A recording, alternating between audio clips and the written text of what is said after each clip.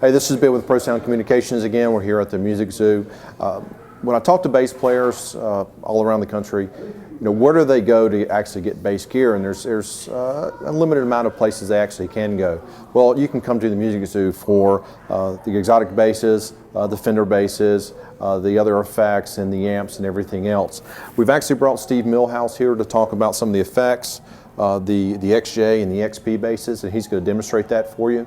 But Steve, we've got a couple pedals here. We've got the Xotic RC booster, the Xotic BB, a preamp, the EWS Air and Chorus. Of course, we've got the Robotalk and the X Blender. These, out of all these pedals here, I know you use the RC booster at the Godspell show on Broadway. What do you like most about that? What do you think it brings to your playing or to your sound?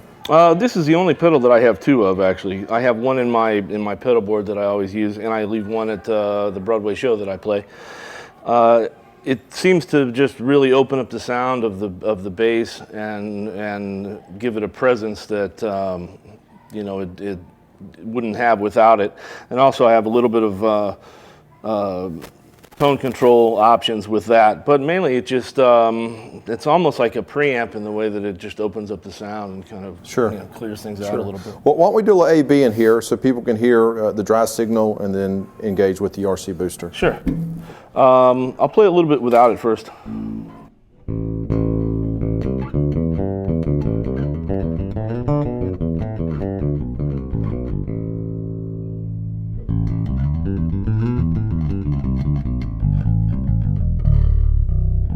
Now here's with it engaged. I'll turn this down a little bit.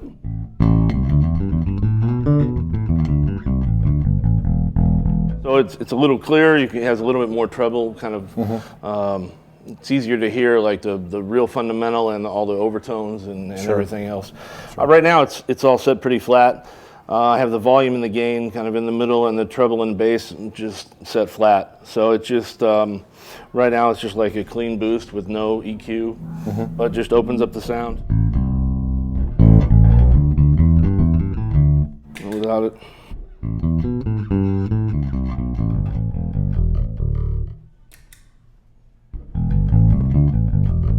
So it seems to round it off a little bit more, a little bit fuller. And the top end opens up a little bit also. Great. Okay. So I leave that one on all the time. Yeah. Just as I don't use it as a boost for soloing or anything, but you can. I just leave it on all the time because I love the way it colors the sound. Great, perfect. Bass. And then our bass BB model there, which is more of an overdrive. I know you play a lot of clean stuff, but where would you find it used for the BB? There's a couple times I use that. I play in one rock band with a singer named Alice Ripley, and so mostly original rock band thing. And she does some things where right now she's playing acoustic guitar, and she was playing electric guitar. So there are a couple of spots in some of the tunes where she used to use some distortion things on the heavier sections. So I started using that to kind of give it the gritty sound in certain sections that were missing now that she's playing acoustic guitar. Yeah. And there's another singer that I travel with named Ute Lemper. She used to have a bass player in the band that played guitar on a couple songs. So when I play with her, I play my 6-string XB6 bass, and I play 6-string instead of switch to guitar for a couple tunes. And so one of them has some distorted guitar parts. So I tried a few other distortion pedals, but I lost all the low end when I would engage them. And this one actually has a treble and a bass control, so I'll play a little bit. I was doing like some chord things with her when I needed that kind of thing. Like the keyboard player was playing the bass part and I was playing the chord stuff. So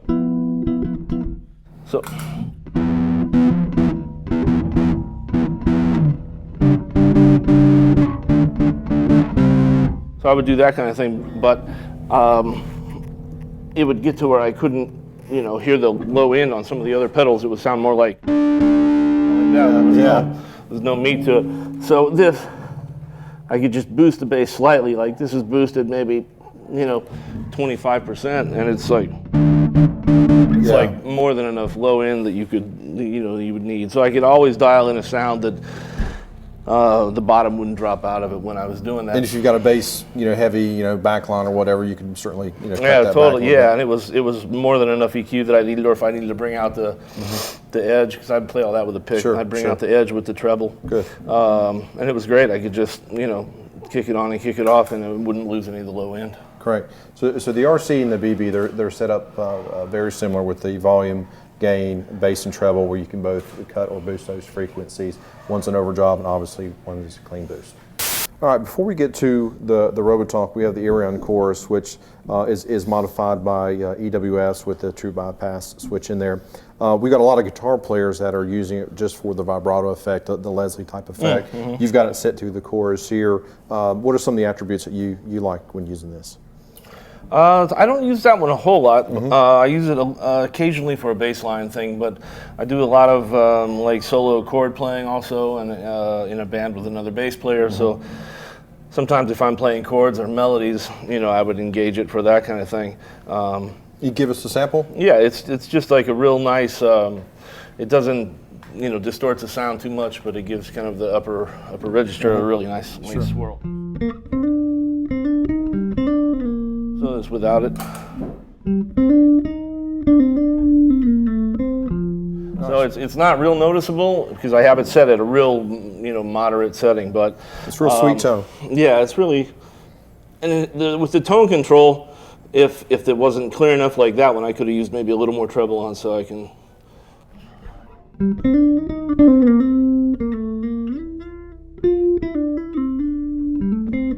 Nice. And rate a little higher.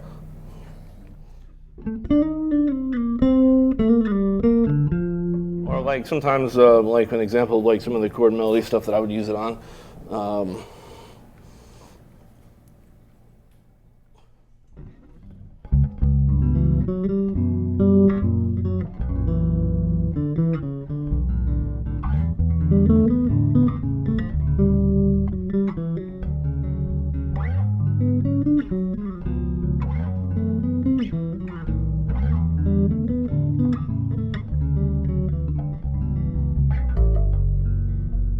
So I just kind of, nice if you mellow do some solo stuff like that, it kind of really fills out some of the space. It's nice. It's nice. Yeah, very it's cool. Beautiful. Very cool. Real musical pedal. I love it. And the very interesting Robotalk. You have the Robotalk 2 here. Is there a channel side that you prefer versus the other? I love that there are two. First of all, I have the one on the left set for the lowest tone setting or frequency setting. The great thing about it is each channel has 4 dip switches that you can change the affected frequency of. So I have this one set to the lowest one it can possibly be, and I have the one on the right set to the highest one it can possibly be. So when I'm playing some of my 6-string stuff, I can play with the right one on, and I can play the bass note, and it's unaffected. And I play the chords up on top, and it's it affects that part of it. So it's great. It's almost like having a signal splitter. You can leave the bottom untouched and just affect the higher part. So with this bass, I'll kind of give you a little example of it. But the one on the left is the lower one. So.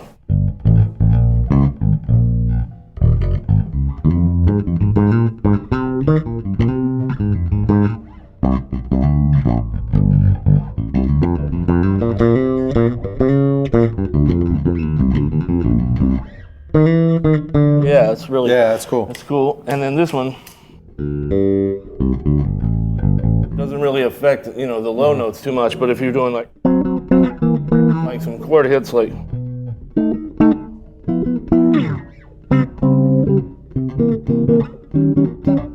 that kind of thing, then it hits those. So if you're like that, there was the bass note you can't really tell there's much of an effect on it. Top notes are like, going crazy.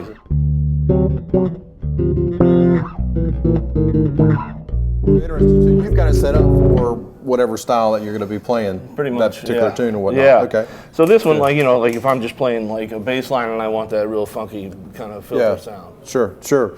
And then lastly, we have the Xotic X Blender here, which is a parallel series effect loop that allows you to blend in your tone or just completely go series on that. And we've got the bass BB, we've got the EWS Chorus, and we've got the Robotalk. So, those kind of units that really affect the sound of the bass or the signal-wise, we can totally get those out of the path and then only engage them when we need to, which is a really cool thing. Yeah, it's great, and I've had that pedal for a long time.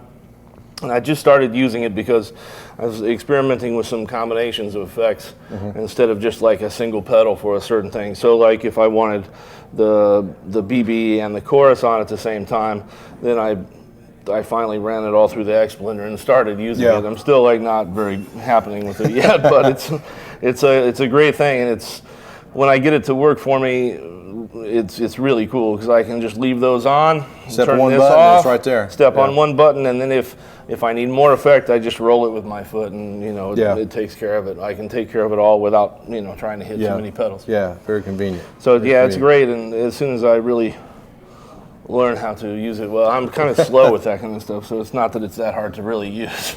Well, the neat thing about the X Blender too is we do have a couple nice options. We've got the 3-band EQ there. Actually, I'm sorry, 2-band EQ with the volume. We do have a 6 decibel boost there that you can engage, and then there's a phase inverter in case you've got a vintage style effect that's throwing everything out of phase, which is nice. Yeah.